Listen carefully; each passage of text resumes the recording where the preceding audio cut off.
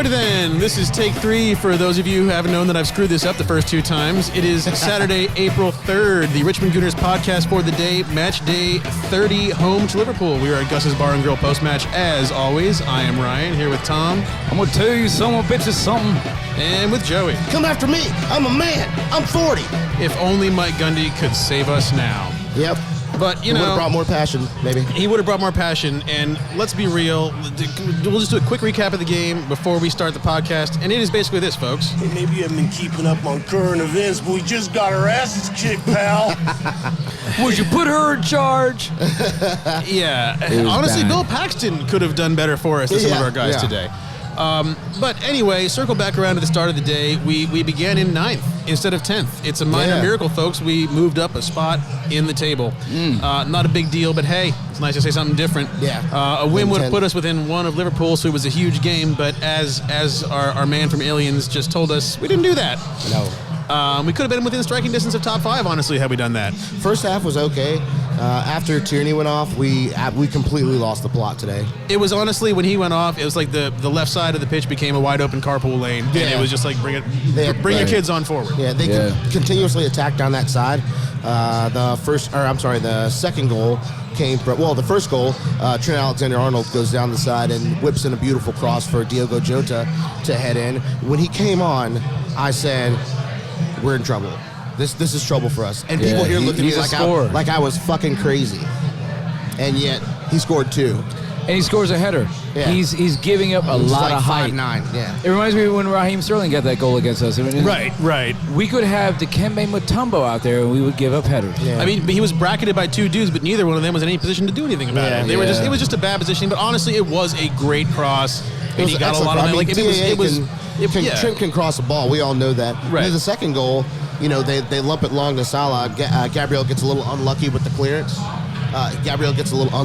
clearance. And then Salah slips it through Leno for the goal. But again, attacking down the right-hand side, you got to think if Tierney was there, then maybe that is Gabriel mitigated. was outstanding. He was really good. He was my man of the match. He got unlucky with that bit that. where Salah was just charging at him, he just stood there like a traffic cone and managed to dismiss him anyway. What a tackle that was just great. I mean, it wasn't even just a tackle. He just stood there, and Salah, I guess, expected him to do something. He was like, nope, I got the ball now. Like, he was great. Mo Salah went absolutely flying. And it's one of those games where I felt the scoreline was flattering to them. We did. I don't know that we deserved a 3-0 scoreline. We lost our heads in the second half. But I don't think we played as badly as a 3-0 scoreline might suggest. No, I would agree, especially like when you factor in Tierney going off right before half. Yeah. I mean, if he stays on, we might not win, but we certainly have a chance to draw, and we certainly at worst would lose 1-0 or 2-1 or something like that. This was a real shame today, and you gotta wonder. We have to wonder about Martinelli. I felt he should have came on 20 minutes sooner than he did. Yeah, and I'm sitting here going, maybe we're resting him for Europa, but how many times have we done that, and then he doesn't play in Europa either? It was a bizarre substitution. I mean, Ceballos was not terrible, but he was inconsequential. He was immaterial. But if you're thinking of we want to win this game, Martinelli straight away, and then El Neni comes on, and El Neni had a nice shot. It didn't go in, but no, El Neni, I mean, I did not hate that substitution. If you just wanted somebody fresh in midfield, But then the second sub has to be, I guess it's the second non-forced sub has to happen sooner.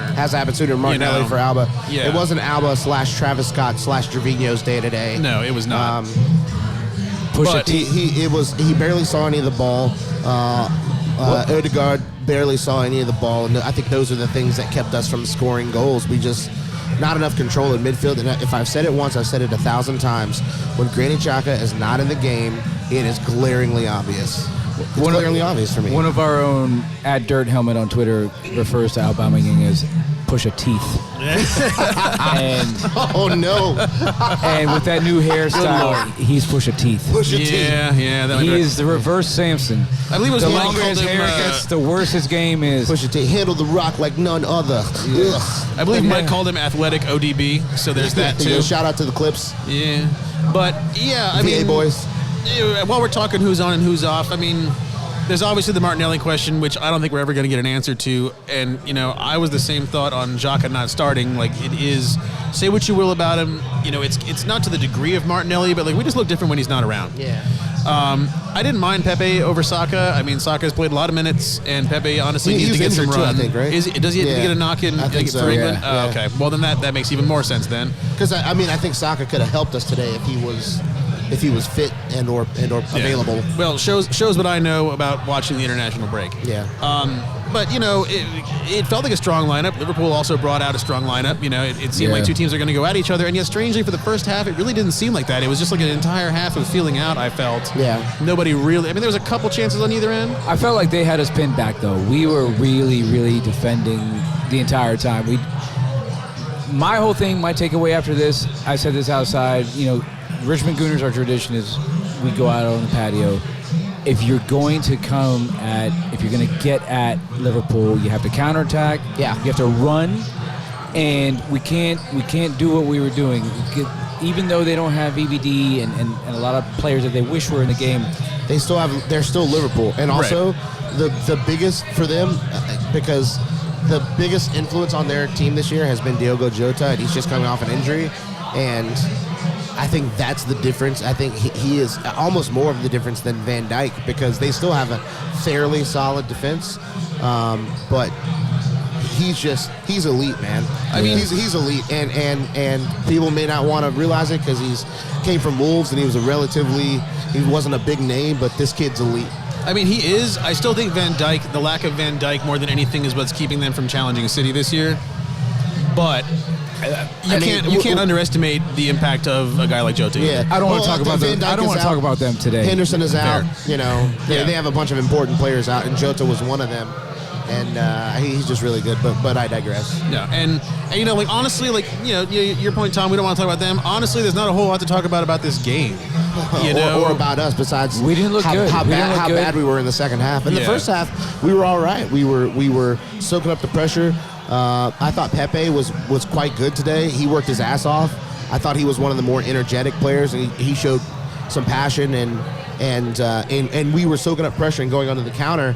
And had we done more of that, had we continued to do that, that is where Pepe shines the brightest for me, is in a counterattacking style of play. Alba and Pepe are counterattacking footballers. Yeah. And we were not utilizing that today. I'm sure Arteta had a plan. I don't think it worked. I think they were shutting us down. And, to your point earlier, when Tierney went out of the game, they just kept attacking that side. Yeah. I remain unconvinced by the 1950s fighter pilot.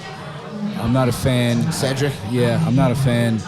I mean, he was found out. And I know it's Liverpool, but Liverpool were giving out points like fucking Salvation Army. Yeah. And then all of a sudden they show up against us, and it's the Liverpool that won the double that matters. Yeah. And, honestly, there is... Sorry for cursing. Well, I think I opened the show by cursing, so it's fine. Yeah.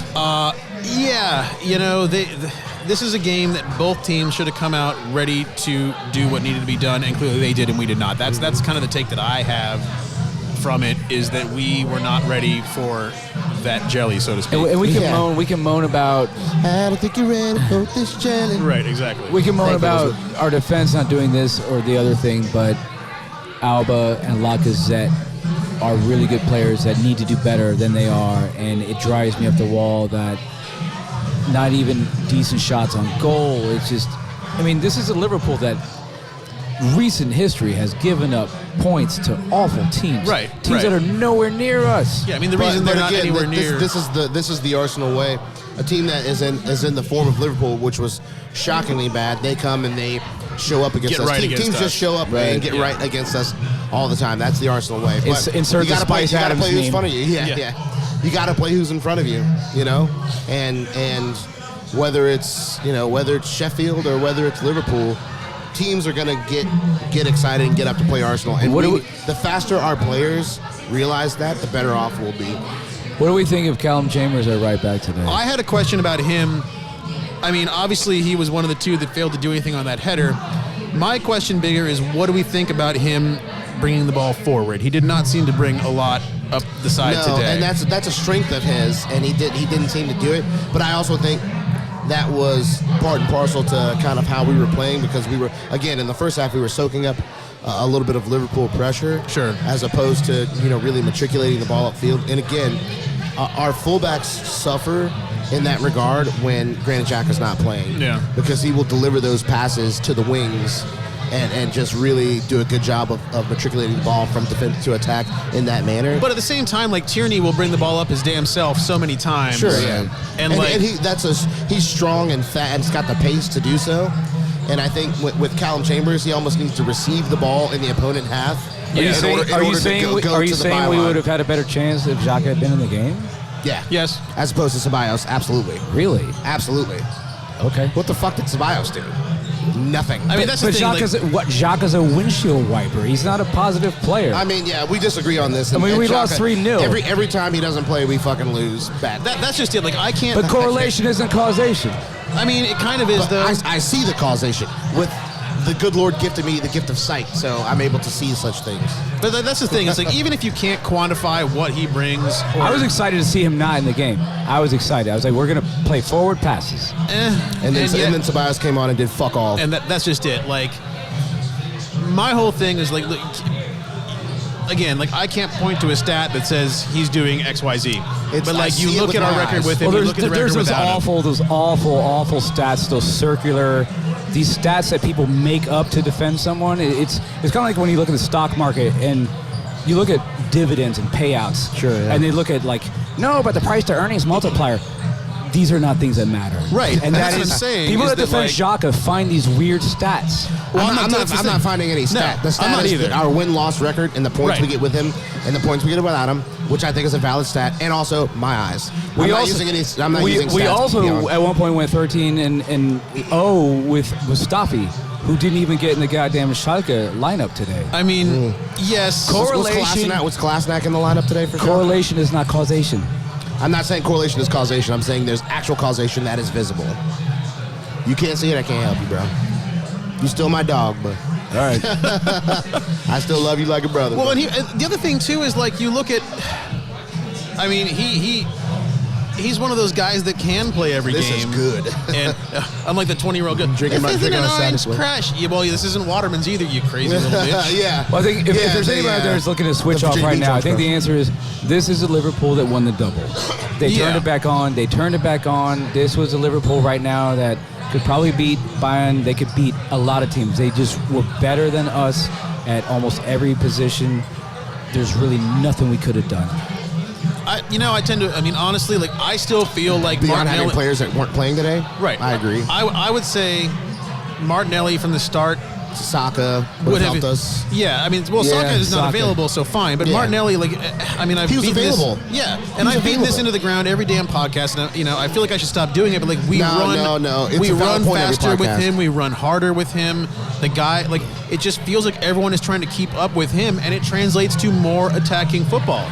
That's a great point. If we had ESR, if we had Saka, we'd have given them something more. We'd have given them something to worry about. Because Saka is a scary player. I think every team, when they know he's fit, they have a meeting and they're like, all right, what are we going to do about this kid? And they kick the fuck out. A game changer, and they also beat him to death. Yeah. And, let's kind of pivot to that for a second. Like, we got clobbered physically today. Right. And like, I'm not going to complain about the refs that much, even though the guy's Google image search Lacazette forehead. Yeah, I mean, that dude was leaking big time and not even a yellow. It was, I believe it was Stuart Atwell today, and he was absolute trash. But Stuart Atwell dressed like he was going to a Sex Pistols cover band audition. Not dressed, but he was lined up like he was going to a Sex Pistols cover audition afterwards. He looked like Bert from Bert and Ernie. Yeah, it was bad. Bro, that trim was clapped. There was no fade. It was like short hair, long hair. Yeah, that trim was dead, fam. Dave showed me a thing on Instagram that said, "What happens when your barber's booked up until May?" And like, he also, I think he came on the line with like that. You asked for a bowl cut, but all they had was like a milk saucer. Yeah, that was or like a cat's milk dish. Yeah, but like Liverpool, they are the darlings of the league. I was arguing with a friend of mine who's a Liverpool fan during the game, and he sent me this article that said, well, 2021, we're only 1 point difference on VAR decisions, and I'm going, that's fine this year, but Liverpool historically get a lot. We're going back to Ryan Babel. Yeah, a lot of calls. Mohamed Salah is the king, not only the Egyptian king as they call him, but he loves to dive. He didn't dive today, but Second best Egyptian in the league behind Melanini. Yeah, and it just... I know Man United fans in particular like to point out that Arsenal always complains we don't get a fair call from the refs. But we don't. But look at the blood leaking from this man's forehead. Yeah, and he was leaking blood, nothing. And nothing. Go on, sorry, I'm sorry. Yeah, I would love to be in the boardroom when Atwell, is that Stuart Atwell? Yeah, Stuart Atwell. I would love to, almost like The Wire with the Comstat meetings, and say, okay, his forehead is bleeding, and you did nothing. Explain that. Not even a foul. Right. Yeah. Phillips, number 47, Phillips, I think was the guy's name, who looks a lot like Jesse Moffitt, one of our own. Listening, Jesse, but it was just how do you expect to win a game if our man gets cut in the forehead? As a player, it probably makes you want to go, I don't know why I'm still here. Yeah. I'm not going to get a call. I'm not going to get a call. We were at a disadvantage because we didn't get the call, and then the ref made him leave the game, made him leave the pitch because he's bleeding. Yeah. So it's not like it was a negative effect on our team while he was off the pitch. Yeah, and like it's ridiculous, man. And like, imagine Granit Xhaka does that. He doesn't just get sent off; he gets deported. He gets drawn and quartered if he does that. Yeah, he'd be in Guantanamo Bay right now. The league love child Mo Salah. If he did that to Mo Salah or somebody or one of their strikers or Firmino or somebody. You know what I mean? And in all fairness to Mo Salah, when Gabriel, he was my pick for man of the match, but Gabriel went in on that slide tackle and didn't complete the tackle, and Salah picked it up and 5-hole. He's good. Yeah. He's good, but he's good enough 2 years ago, he goes dives. straight to ground. He dives, yeah. So credit to him for staying on his feet and completing the play. Because I mean, like, credit to him for not playing like a bitch. Right. Yeah. You can score all the penalties in the world and win the Golden Boot, but you're going to score a few goals like that. It's a lot more respect. I don't know if credit to him, because that's like saying, hey, man, credit to you. You take care of your daughter. That's what the fuck you're supposed to do. What you're supposed to Why do you get credit for doing the shit that you're supposed to do anyway, bro? That's a good point. You're not supposed to dive. Like, so I'm not credit. No expectations, It's good to see him not being a shithead, but no, not for me. In my opinion, not credit to him for not diving. Okay, I would say credit to him for evolving and just not being that guy anymore. Like just like good on you for finally learning to stop doing that shit. If we play 3 more games, you made it to being a normal, fair footballer. Like, I don't know, like but the thing is, credit to Tom. If Tom was a deadbeat dad and then came good, that's credit to you. Right. No, that's normal. You just went from being a shithead to doing what you're supposed to do. But here's the thing: all I'm getting at is that, like, as we have proven, it's good to see. No, not just that, but like Liverpool gets those calls every time. Oh yeah, they do. They get those calls, and he knows damn well that if he goes down, he's getting a penalty. Probably more often than not he'll get that call. And he was like, you know what, like he made a conscious decision not to eat shit. And like you're absolutely right. You don't get a gold star for not being a piece of shit. Yeah. But like knowing the position they're in and like the favorable treatment that they get, it's good to see him not playing that up and actually playing football. Yeah. It's not. I shouldn't say like credit to him. It's good to see. Yeah. Exactly. Is there anything just throwing out an example, if we had some sort of cup match or anything, if we were playing Liverpool again in a week, what would we do differently? Is there anything we would do differently? Start Martinelli. I mean, I say every time we ask, what would you do differently? That's been my answer this year. Start Martinelli, play Partey and Granit Xhaka in midfield, send Ceballos and to lock him in the freezer at London Colney and just leave him there for a week. What about the center backs? Would we David Luiz? I mean, here's the thing: we need a better starting quality center back. I've always liked Rob Holding, but I don't think Rob Holding is a starting quality center back on a top 4 club, let alone a club that's challenging for the title. Gabriel is a starting center back for a top 4 club or a club that's challenging for the title. We need another one of him. I mean, is Saliba that guy? So like, Gabriel's Is outstanding. Saliba that guy? I think Saliba could be that guy. We got to figure out what the fuck's going on with him. Like, I think he could be. He's whipping ass for Nice right now. He's at Nice right now. It could quite possibly be the most bizarre thing I've ever seen. It would be bizarre. As much money as we spend, he's like 18, and it's like.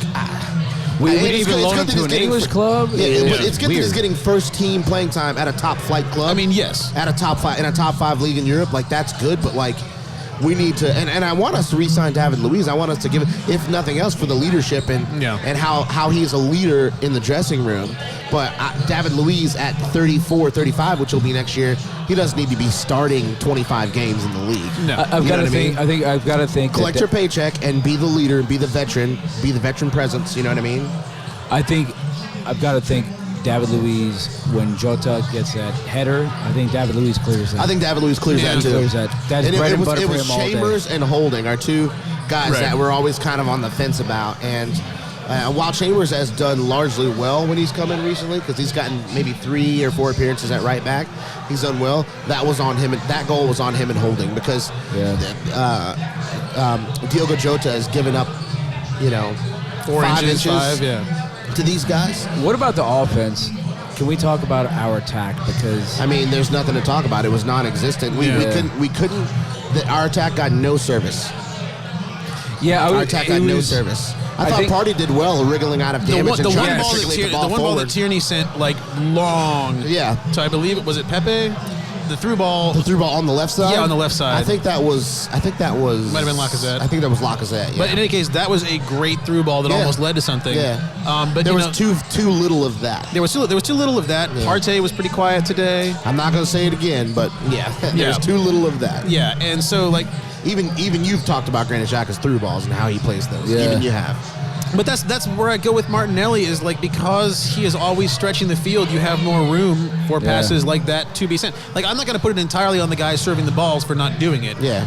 They were clogging up the lanes because we didn't have anybody breaking them down and running through. Right. True. And Martinelli would be that guy, because he's a Danny Welbeck work rate with the talent of an 18 or 19-year-old Cristiano Ronaldo. Right. He gives you the best. Because I always say there's effort guys, and then there's talent guys, and then there's the rare combination of both. Yeah, which he clearly is. Kevin De Bruyne is effort plus talent. Right. You know what I mean? I wonder. And Raheem Sterling is just talent. He had a great pass today. Fantastic pass. He's real good, man. When he puts his mind to it, he's real good. I wonder. This might be the worst performance I've seen from Odegaard, whatever. I wouldn't say it was a bad performance from him, but the worst. Is he still feeling whatever he picked up in that first game with Norway? I'm not going to say I'm not going to say it was crap, but he didn't get the ball. It was not. He just didn't get the ball. And I don't know what's happening there. Was he not? Our deep midfielders didn't get the ball. He can only go and to try and collect the ball, but so much. And then not be getting it, it's difficult. Yeah. It's difficult to stay motivated. Was he getting? I've been playing in a Sunday League game in that position, and I'm like, guys, give me the ball. Was he getting marked out? I don't think he was. I don't think he was. He just wasn't getting the ball. We had trouble passing in midfield today, and that was clear. Yeah. I think Ceballos was really, really weak today. Really weak. He had a couple good tackles in the first half, but after that, it's just kind of. And he's there. He's there to be an 8, to do his defensive duty, but also to get the ball forward. And I think he did a little bit of defensive duty. And as far as getting the ball forward, man, he was real weak. He was real weak. Yeah, we sorely missed ESR. Yeah, sorely. And Saka for that matter. He would have been ESR, Saka, Xhaka, and David Luiz, who you mentioned earlier, with clearing that header and stuff. I think we missed those 4 guys today. I think we did. Now, and Liverpool was clearly not fucking around with their lineup today. Right? No, they were ready to go. I mean, they even brought in porn star Allison today. What was with that? Yeah, that mustache. What in the world? I didn't see it until whenever he popped on screen, the 80-something minute. I was like, when did Freddie Mercury get into goal? What in the world? Google image search Scousers Barry Gary Larry. That is a long-standing stereotype. Oh, the mustache. The mustache and big curly hair. He was missing the big curly hair. Yeah, okay. So it was. I almost guarantee that was feeding into that. And that man, he was about 2 steps away from a game I saw years ago in the Bundesliga where Manuel Neuer had to get a equipment kid to bounce a ball at him because he was so bored. He had nothing to do. Yeah. Allison today probably could have just pulled out a TV tray and read the newspaper and checked Reddit and he had nothing to do.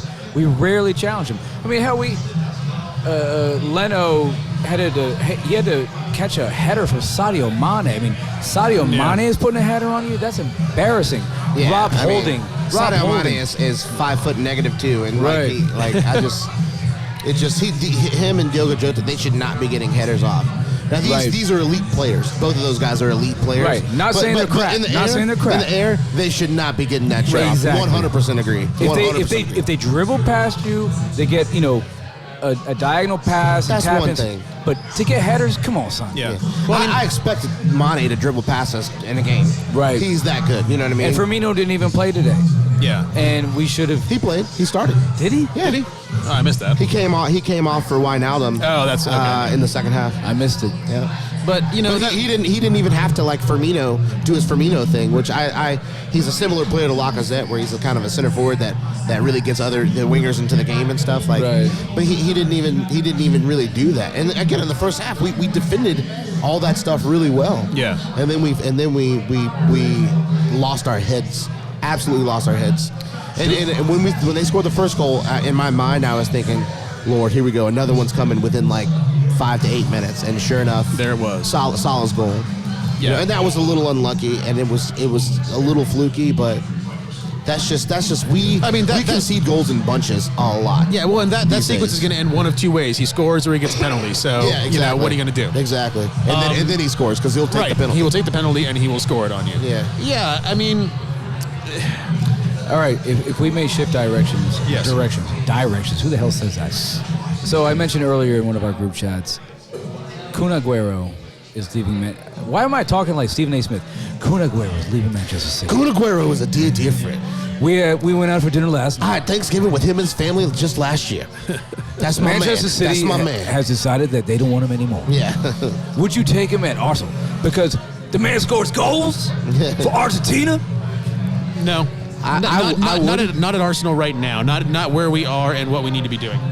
I would, because I think there's going to be some shakeup this summer. Kun Aguero is probably the third best striker in the history of the league. The man's a murderer. Behind Henry and Alan Shearer. You can put him, and the stats will back that up. You can put him on any team in the world. Because one of the things I noticed, he'll produce from the. But if you fall out with Pep, Pep is the star. You're not the star. Pep is the star if he's managing your team. Right, but the thing for me is that he didn't even bother. Sorry to cut you back. He didn't even bother to learn English because he's like, I don't need to learn English. Yeah. How can I score say goals? Like the only English he needs to know is give me the ball. Give me the ball. Yeah. No, and if you can't get him the ball, you're the one that's screwing up. Yeah. But for me, it is that. And also, his contract is expiring this summer. Right, so but he's also not. He's not going to sign for cheap. Like he's not going to sign for cheap. To your point, it's going to be $400,000 a week. Right. He knows he is that, maybe the third or fourth best striker in Premier League. History. But he also knows he's in his 30s too. He's not a stupid dude. No, but I think he probably knows he can get value, and he's not going to sign for nothing. Yeah. I think he knows English now. By the way, he tweets in English all the time. So. Well, I don't know. Maybe he's got a PR person. I guarantee. You mean like Mesut Ozil tweets? Those are not his tweets. Well, I was gonna say to rehash Steve Harvey because we're talking about Steve Harvey. Yeah. That thing from Original Kings of Comedy Boogie. And I'll go like, Kun, you don't even know how to spell motherfucking Twitter. And I guarantee, I almost guarantee Kun Aguero is one of those dudes that doesn't even get on Twitter or anything like that. Like he is like those mafia movies with those assassins that just. You tell him where to be, and he just scores. Yeah. Any league in the world. He is naturally, his movement is just, you can't teach that. And I was 20 feet that way when I saw Man United lose the league, and that was a happy day. That was good to see. That was before my hatred of City grew. Yeah. But basically anyone that would rain on Man United's parade, go that. That was like when the Leitner shot went down. Yeah. My family's from Indiana, so we're IU fans, so we hate Kentucky. So we're like, but now it's like, oh, Duke, really? I know, Joey. Sorry, Joey, but I'm a Duke supporter. I'm a Duke fan. But here's my thing with Aguero. This year, if that makes sense. Well, yes. My thing with Aguero is that even if he doesn't command $400 a week, he's going to command a lot of money. A thing that we don't have, and. We are realistically still a couple of years out, I think. If we get rid of Lacazette, would you take Aguero? No, because I want Martinelli to play more. No, but I think he will next year. But what are we saying that one of Alba or Laka has to accommodate the acquisition of Aguero? Well, I think one of them goes. I think Laka goes no matter what. I think Laka's pretty much ready to go. And I think and that might be another. And I would take Aguero as much as I want Balogun to get more playing time. I'd take Aguero. And I let him start for us if Alba stays and plays out on the left. And then I sell Nketiah to Wolves or whoever wants him. And I move Balogun up into that backup spot. And he's going to, I think Balogun next year might end up playing 20, 25 games. A lot of it as a sub, But I think he's going to get some appearances for us next year if he stays. But my thing is that, I get where you're going with David Luiz, and like, number one, he's played well. Yeah. Number two, he's already here. Number three, he's a leadership presence. Yeah. I also think we get rid of one of Chambers or Holden. Right, next right. year. But my point is that, like... Ooh, that's a great question. Well, hold on one second. All right. Let me finish. No, but when you look at Aguero... Dana Carvey, I love it. That's right. Still one of the funniest men alive, probably. But no, with Aguero and, like, to your point, Joey, we have Balogun waiting, and we have Martinelli, who cannot see the pitch for whatever reason, and we're going to get 1, maybe 2 years out of Aguero in a time, like... We're realistically not going to be challenging for much in the next year or two. I would rather see our younger guys get more time, get more experience, and get the feeling that they're going to have a role. I'm sure they will still feel they have a role going forward because Aguero's not going to be here that long if we sign him. But like, I think that there's more value in getting those dudes out there more than just having Aguero for a year or two and see what we can get with him. I will say the one difference is if we make Champions League. Yeah. Then I might change my tune on that. I think whether or not we make Champions League, Aguero is too good of a player on a free to pass up. And he's one of those players that if you have the opportunity, you get him in. So like Willian, who has done well lately, it was not Aguero. He if we passed him up, I wouldn't have been upset. Sure. But Aguero is too talented of a player. In a position that we could use because we haven't been scoring as many goals as we have in past years. So he would directly contribute to fixing that problem. He's too good of a talent in a spot where we need production to pass up. And I know he's in his 30s. This is the one time, not the one time, but you know, I would have passed on Willian. You know what I mean? Yeah. I would have even passed on David Luiz at first. You know what I mean? I thought he was a pragmatic signing because he came for cheap, but like if passing on those players, I would have been okay with. But Aguero, he's just too good. He's just too good of a player, and he's still got some stuff in the tank. I think I agree. Age is but a number. He's still age is only a number. But yeah, I mean, he's got plenty in the tank for a couple of years, and I get that. I just feel like listen. You don't need to keep explaining your point to me. No, I totally understand but also, your like, point, and I think it's a good and valid point. Yeah. My counterpoint is that not saying that your point is bad. You just don't let that go by. Yeah, I mean, your point is. I'm not saying your point is bad. I'm saying I have a counterpoint that I believe in more than I believe in your point. Yeah, and that's I fair. believe in your point, and that's fair. I just the long game. Like, I feel like, and this is just with. I mean, I'm not going to sit here and say we're pundits. We're just dudes at a bar talking about soccer. But like, it's so easy to. Yeah, I'm not good enough to be a pundit. No, I'll say that. But like, everything is it's hard to just take the long-term approach because do we want to suffer through another year of every podcast saying we start the day and turn the place? No, of course we don't. No. But I don't know. Like, I feel like I'm willing to let I would rather have a year or two go by where we have young guys getting more run than see Aguero out there. Your point is correct. I can see your point as well. Yeah. Because it's like if like when Joe Montana moved on from the Niners, you think the Chiefs are going to be like, nah, we're good. We got somebody in the wings. No, of course they're not going to. No, this is at that time it was the greatest quarterback of all time. Right.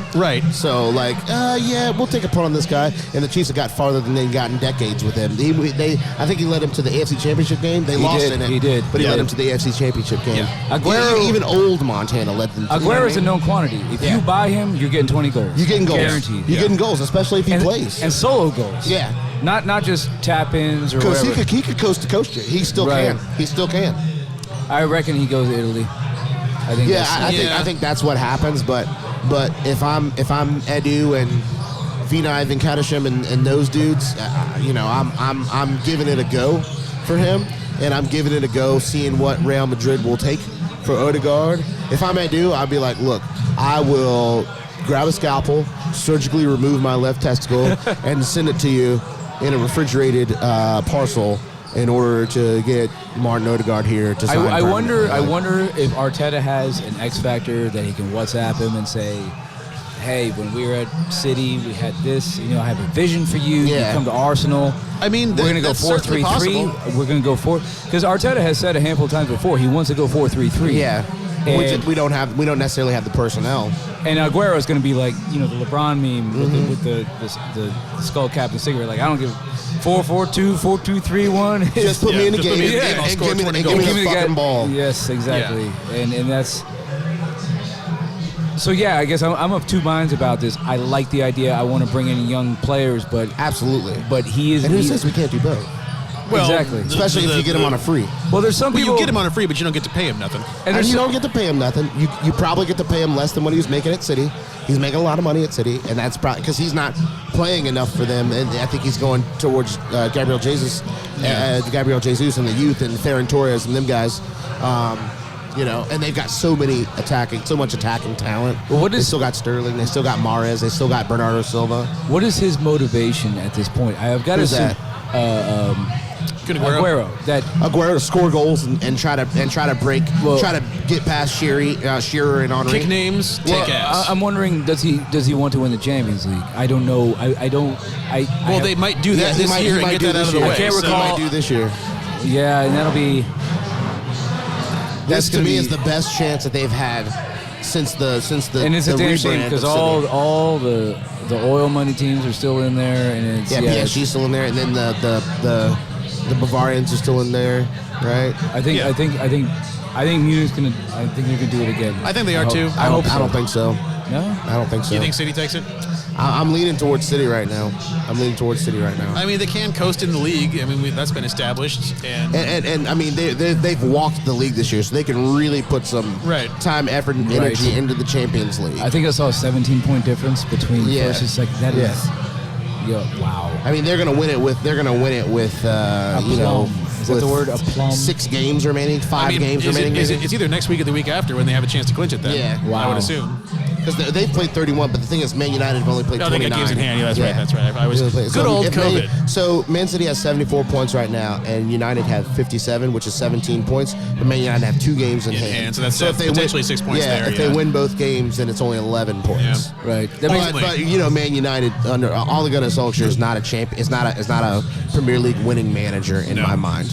So I think that they will just kind of capitulate a little bit. But I think Leicester might even finish second. It makes you wonder in a year. Remember when Leicester won it and it didn't take as many points? We finished second, right? And think they had us by 10 points. I would say in a different league where City doesn't run away with it. It makes you wonder. Like United probably could have had a shot. Yeah, could have won it. But I mean, the bottom line was I think. They didn't. Yeah. Well, they didn't. The bottom line is they didn't. They didn't, and also, like, I forget what our predictions were offline at the beginning of the season, but I feel like everybody had either City or Liverpool. No one was picking United to win the league this year. I had Liverpool in there. I think I had Liverpool in there in 5th right now. Yeah, but they also have half their team in the hospital. Yeah, I didn't predict their injury table. No, but I'm saying, come on, Yeah, nobody had anybody but Liverpool or City winning the league this year. I mean, that's pretty. That was pretty. The fact that United were even in the conversation for a while. I think that's good for them. I think finishing second would be overachieving. I think it's good for them, and honestly, it's good for the league. It would be better if they held out a little bit longer and put up a little bit more of a fight. But Liverpool ran away with it last year. City's running away with it this year. It just does my head in. I look at the United squad and just apart from Paul Pogba and Fernandes is a player, but I look at he's a hell of a player. But I look at Luke penalty taker. I look at Luke Shaw. He's a hell of a player. Luke Shaw. No. He was talking about Fernandes. No. Taking penalties. Yeah, he takes penalties. No, I'm just saying he's also a hell of a penalty taker. Yes. Yeah, but he's also a good player. He's also considerably their best player. Yeah. And it's not close. But I'm looking at a lot of their players and going, how in the hell are you second? Yeah. I mean, they bought who did they buy? Alex Telles, right? So clearly, because they're always, I feel like they're forever buying left back, so they don't really believe it. Fred, and they have. Fred is not a Premier League winning player. Not if he's starting for you. I'm still undecided on McTominay. Yeah, I think he's better than Fred. But what are we saying? I mean, that's a low bar. Right. I've seen in House Party where it's like, she's the finest woman in here, and the DJ was like, well, they ain't hard to do it here. Yeah, exactly. Anywho, so what positions need strengthening? Because I've seen a lot of chatter on Twitter. A lot of people complaining about right back, and I'm going right back doesn't seem to be the problem. Right. But Arsenal supporters are scapegoaters. We need a scapegoat. I don't think it's so much that. I think it's. I think it's exactly that. And the popular name right now is Bellerin. Yeah. It was Aubameyang for a little while. It's People in seem style forget. to hate. It's in It's style. in style to hate Bellerin. We need to figure out our second starting center back. We need a right. More than we need to figure out what's going on at right back. We need a right-sided center back, definitely, Because Gabriel has the left side on lock. Yes. I'm fine with that, and I think it could be Saliba. He's right-footed and plays that position, or we go out and get somebody. But How much we money- need to figure that out for the starting center back position, because we got good backups. I think Holding is a good squad player, and I would like to keep him as a squad player. He can come in and he has started to understand what it means to wear an Arsenal shirt. Maybe not so much as a transplant like Mertesacker. I feel like Mertesacker came and really understood, came to understand, and he leads our academy now as well. Of course, and he yeah. wanted to stay after his. He didn't go back to Germany. He wanted to stay here and help the club achieve Right. more. And so I feel like Holding, even though he's a Manchester boy, he understands what it means to wear an Arsenal shirt. But I just don't think that he's again starting quality for a top not four the way- club. he's not the way forward. He is like like Man United's Johnny Evans back Right. in the day. So the starters were John cemented O'Shea, the starters were cemented as Ferdinand and Vidic. But O'Shea could come in and do a job. Evans could come in and do a job. Wes Brown could come in and do a job for them. That is the role that I see for Holding. He'll get games. And I'll He'll get games because and we'll I'll have injuries always and adore rotation. him for that moment against Diego Costa. Yeah. That is iconic. I always also adore him for he's a brick shit house. How's it going down like that? Yeah. I'll always adore him for that too. I think that was by And the then Dama what- Traore, what who is a brick shit house. And what did Wenger Oh, yeah. say about him? He says, "Oh, well, I'm sorry, he did not cost I'm 55 sorry, Rob. million." We should be talking about the performance of Rob Holding. He did not cost 50 million, Right. so he cannot be good. I'm sorry. Yes, yes. He did not cost 55 million. So clearly he is not good. So he's not good. So he must not be good. Yeah, I mean, I still think Attacking mid. right. Attacking right. mid. Yeah, I mean without question. And with that, and- Odegaard for me is the answer. yeah. is he going to win us a league? I think he could. Do we need one more though? I'm talking like a James Madison. You think we need one more? All right, we'll get one more. And I'm going really out on a limb because every podcast in America. So no you're talking matter- about Grealish / Madison, like. right? Those guys aren't moving to us They're not or moving, at all. but look where Grealish's club is right now. They're below us. Well, And Grealish is injured right now, but he's played the majority of the season. and I know from on And they were Insta- good. They were good at the beginning, and then they've kind of faltered. And I you know on Instagram, he and Saka talk to each other all They're the good time. buddies. They're good buddies. I mean, Grealish obviously Him and Madison are good buddies too. they are born. Grealish is born and raised Birmingham. Yeah, Right. He's Villa through and through. I just don't know. I feel like a lot of teams are going to roll up the Brinks truck, and He's good enough to be awarded the opportunity to play in the Champions League and for a top tier club. So- He's that good. Oh, sure he so is. who are we? What can we present to him that's We better? can win the Europa League and have guaranteed entry into the group stage of the Champions League like next year. Our whole season is riding on this Yes, right now. absolutely. So how do we get Saka and Grealish? Because I feel like Saka and Grealish are very, very similar players. Well, okay. I think They both like to Grealish- play on the left. I think Grealish is more of a and honestly, Saka probably has played more for us on the right, and I think he's more effective cutting inside on his left I foot. mean, Saka can do it all. He can do it all. He can play about 5 different sure. positions. He'll to be find you fair. Moses in He the can play burning left bush, back. yeah. He did the job at left back for us, but I think Grealish is almost just as versatile as Saka. I think because of their personnel that they have, and they don't play because Villa don't really play like an advanced central midfielder a lot of times, which is why Grealish is kind of shunted out to the left, and he still has an impact on games. I think if you put him in the middle and put him in an advanced role in the middle. Does he get shunted or pretty good. does he choose Not to go? shunted, but does he? I feel like he gravitates that way. Like that's where he likes to go. I feel like when he starts left, he gravitates towards the middle, Okay. and that's just been my observation. He likes to do either or. Yeah, and he can dovetail with just about anybody. I'm just saying, I feel like he likes to be in the same spots that Saka is, and I mean, I would love to have. I disagree Grealish. with that. Okay. I think Saka is on the right, Okay. mainly on the right. Sometimes he plays. If Aubameyang is central, then he might play on the left and Pepe on the right. But I think Saka's best performances for us have probably been on the right. And I think Grealish can play on the left or in the middle as that cam. I think Grealish can play as that cam. I think that is probably his best position. Right. I'm Because just, of his distribution skills, It's gonna his take- goal scoring skills. it's going to take Arteta is going to have to do some serious I think we have a better shot of getting Odegaard on a permanent. Yes. Probably. Yeah. And I think Odegaard is really good, and I would be very happy to have him. And he has a tremendous upside. Yeah. With Grealish, he's a known quantity, but He's a known quantity. And how old is Grealish at this point? Let me look it up. Is he like 24? Grealish is 25. 25. Wow. So Odegaard is, I believe, 22. So he's a little younger. I just think, in all honesty, I think Man United are just going to table a big rack of money, and we can't. Are they going to do that for him or for Harry Kane now? Because I think Kane is gone. I think Kane, and then Son is gone. Kane, And then Tottenham go to the toilet. Yeah. Because they got nobody. They got no strikers essentially after. And they got Lucas Moura basically. United's going to look at those two dudes and get a raging erection for Harry Kane, and that's going to be that. And I think Harry Kane will move to United. Oh, absolutely. I think City. Pep came out and said, "Oh, we can't buy a striker," but watch the rumors start that they're in the hunt for Harry Kane Because they have all the money in the world. I could see him going to one of the Manchester clubs. I could see that. I don't see Kane as a City player. His style of ball. I see him as a United player, but I wouldn't be surprised if he ends up at City. United. You know what I mean? He's United. I didn't see Alexis Sanchez as a United player. I saw him more as a City player. Well, neither one of those things were. Oh, my days. And listen, United didn't see him as a United player either, because when he got there, he was absolute shit. Yeah. I think tonight when I struggle to fall asleep, Clapped. if I am struggling to fall asleep, all I have to think about is we foisted Alexis Sanchez on United. Yeah. And I'm gonna cackle my motherfucking ass. And then in his first training session, he called his agent and asked him if he could reverse the transfer and go back to Arsenal. Yeah. Well, that's what you get. Too late, bitch. Maybe you shouldn't have whined and moaned so much. Yeah. We wouldn't have sent you away. The ridiculous video of the piano. Holy shit. Yeah. I was like, is this real? Yeah, That's what both of those parties get. That's what Alexis gets, and that's what Man United gets. Yeah, exactly. I mean, That's what both of you get. You paid him $500,000 a week for 2 goals. for nothing material whatsoever. Yeah. I mean, my thing with Grealish is are they reticent to sell him in the league? Do they have a choice?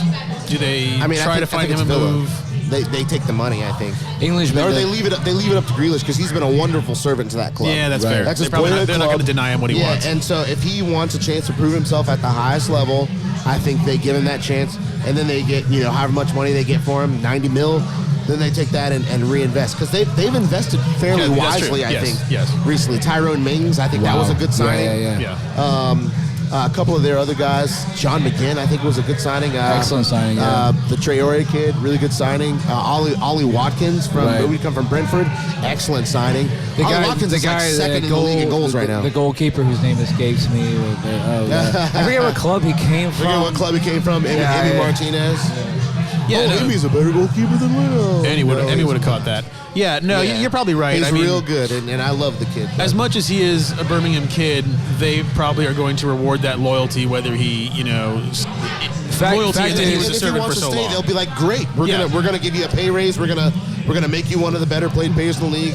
We're happy that you want to stay, but if he wants to go, I don't necessarily think that they would stay. Grealish has got the world by the ass right now. Absolutely, probably go anywhere. Got him by the short hairs. Very short hairs. What they don't want is for him to run out of contract and then leave on a boss. No, you can't. Yeah, you can't let him go. You either have to you got to get him to commit to re-sign and stay, or you ask him where he wants to go and you tell that team, hey, give us all your money. And then when you re-sign him, you stick a release clause on there. So thank you for listening to the Aston Villa podcast, everybody. Well, look, let's be real. That game was not really worth talking too much about. I think it's more interesting to kind of speculate at this point about what's coming next. I mean, what's next for us imminently, of course, is Europa League. And as we've said this for the last few weeks, that's Slavia Prague, fuck them in the ass with a 40 grit sandpaper fucking condom. Fucking racist assholes. Right. And it's I don't know what they can do. I'm talking about UEFA, but to have their fans put those images online and essentially get away with it. Right. Glenn Kamara. It's a disgrace because it seems like UEFA likes to drop the hammer when it comes to financial irregularities but racist bullshit falls low on their list. What could they do when it comes to pure, unfiltered hatred? I mean, it was as clear as day. They posted it to social media stuff. Right. And I was actually kind of hoping that Tottenham would win that fucking tie so that we could get them. Yeah. And you know, and in fact, I mean, I don't want to get ahead of myself here, and I'm sure somebody might be out I there. hope we play Slavia. I hope we beat them fucking 12-0. I hope we destroy And their I lives. hope we get Man United in the final. I do too. Me too. And I want to do. Now, right here we in have Gus's. their number. Yeah. We've had their number Right. under Arteta. Right. I want to beat Prague. I want to beat Villarreal so we can send good evening home. Yeah. And then I want to beat United in the final. Yeah. That's what I want to do. Good evening. Good evening. I would. There are a few things in the world that I would enjoy more than beating Man United in a cup final. That's They're- one of the highest of highs. I mean, my life. I just no. I might have to walk that one off. I have a FA Cup tattoo right here for 2014, and you know what? I'm not gonna say that. I'm not gonna get a Europa League All right. Cup tattooed on my Anybody body. listening, tweet at Richmond Gooners Twitter account and tell us, is there anything in the world that you would love to see more than beating Man United in a cup final? And I know you might say Tottenham, and that's fine. Winning the But- Champions League, I would accept that answer. Okay. Okay. But beating Man United in a cup final, no matter what it is, it could be the Carabao Cup. It feels good to beat Man United for silverware. And for me, It just feels good. for years and years, there were no Tottenham fans in the States. Yeah. And then they Yeah. got that awful rapper from Nacogdoches, Texas. And then they got a handful of Casey Keller and the other... Brad Friedel. Right. And so there are a handful of I hear a redneck Americans. impression. Great little player. Great little player. And there's a handful Vin of- Johnny and Nico Crenshaw. Nico Crenshaw, I bought him in several clubs. Great little player. Great player for me. Terrific player, terrific. And it's easy to say that you hate Tottenham, but there aren't many Tottenham fans here in the U.S., and there are finally more. But I have had a long-standing, just pathological, bilious ire. And Man United, I remain convinced, Man United fans in America are Man United fans because of that awful movie with Keira Knightley. Are they? No, I think Man They're United just- fans are fans because That well, they're the most popular team, and if you got into soccer, you picked a team, and that was it. right. I mean, like when I They when I like was in him like because they win. And Right. if you got into the mid 2000s, right when I was in high picked school, the they winner. were destroying the world. Yeah. And, Right. like it was either you became a Man United fan or a Chelsea fan, Right. or an Arsenal fan.